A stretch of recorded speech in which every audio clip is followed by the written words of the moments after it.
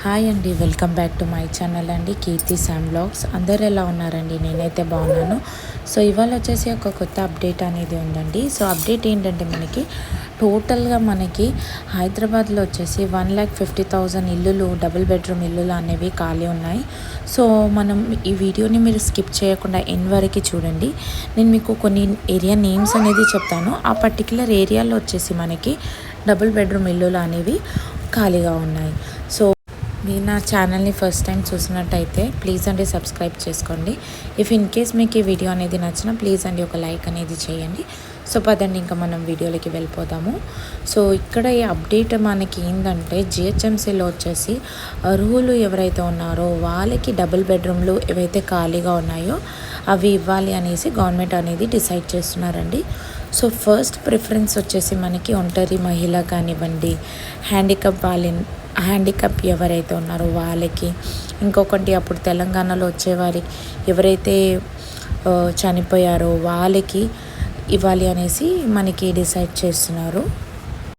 So మనకి మేడ్చల్, మల్కాజ్గిరి, నిజాంపేటలో వచ్చేసి కొన్ని డబుల్ బెడ్రూమ్ అనేవి ఖాళీగా ఉన్నాయి.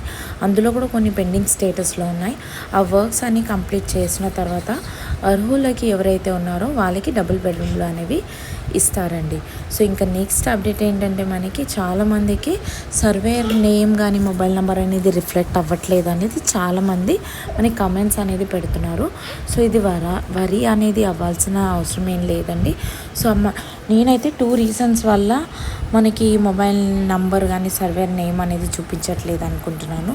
సో ఫస్ట్ రీజన్ వచ్చేసి మనకి అప్డేట్ అనేది సర్వర్ అనేది అప్డేట్ అవ్వడం వల్ల, అండ్ ఇంకొకటి ఇలా చూపించిన వాళ్ళకి అనేది చాలామంది రీవెరిఫికేషన్ అనేది చేస్తారు అనేసి చెప్తున్నారండి.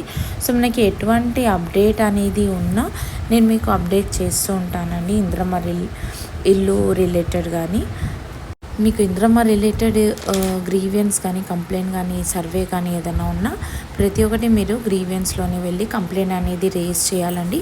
అప్పుడే మనకి రీసర్వే అనేది చేస్తారండి. సో ఐ హోప్ మీకు ఈ వీడియో నచ్చింది అనుకుంటున్నానండి. Thank you so much.